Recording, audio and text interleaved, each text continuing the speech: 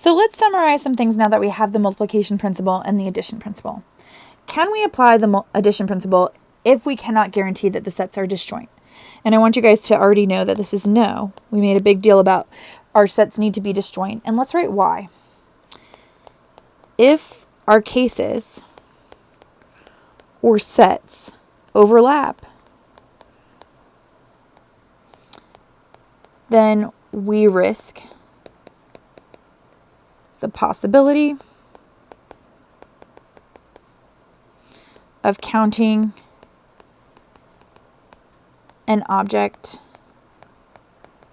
2 or more times. For example, in our previous example, when we were talking about Carl's weapons, remember we talked about, let's call this knives. We're going to call this, what was the other one? Axes. Okay, suppose we have this very interesting axe that's also a knife on the end.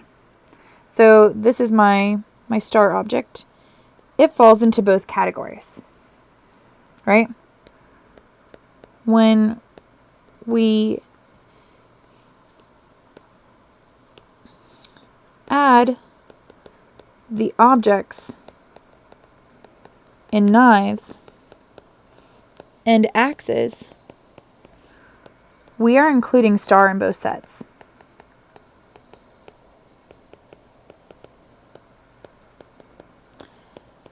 So what we would need to do is we would need to maybe have 3 categories.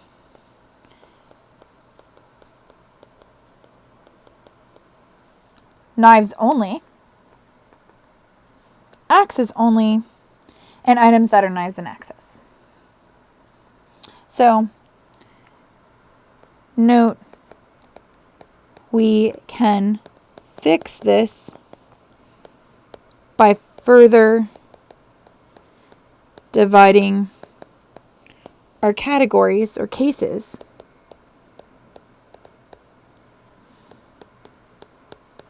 to allow no overlap.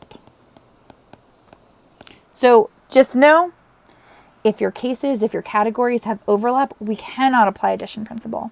We definitely need to make sure that there is no overlap before applying it, but we could further classify them and create categories that had no overlap. What are the differences between multiplication principle and addition principle? So basically, I'm going to answer this by saying, when do we use multiplication principle? And the answer is when we are making a sequence of decisions.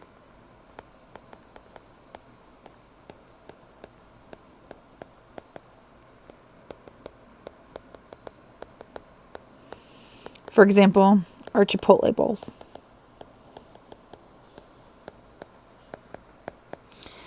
Choosing elements from one set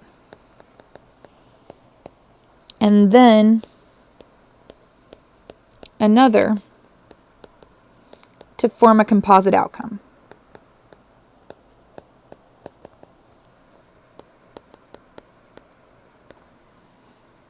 Okay?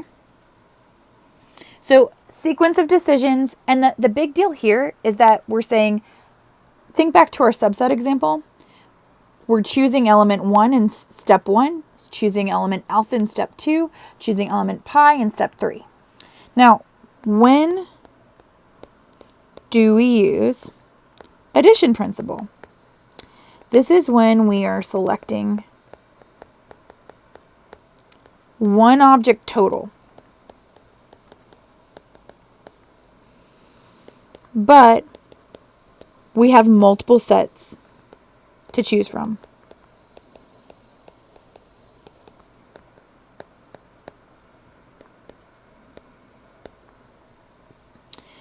Or when we have to consider multiple cases that may occur. Think of the extra example that we did. which was choosing any card and then choosing a 2, and how we had to split it up into whether the first card was a 2 or the first card wasn't a 2.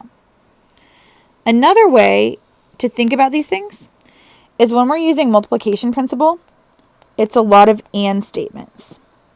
I want to select element 1 or not select it, and select element alpha and not select it, and select element pi or not select it.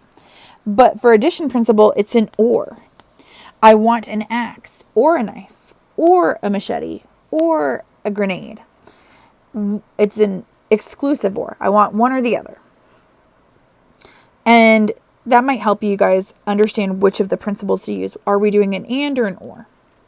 So I hope this clarifies addition principle and multiplication principle, which are our 2 big principles for this section. But now we need to use some more techniques for when our counting becomes more complicated.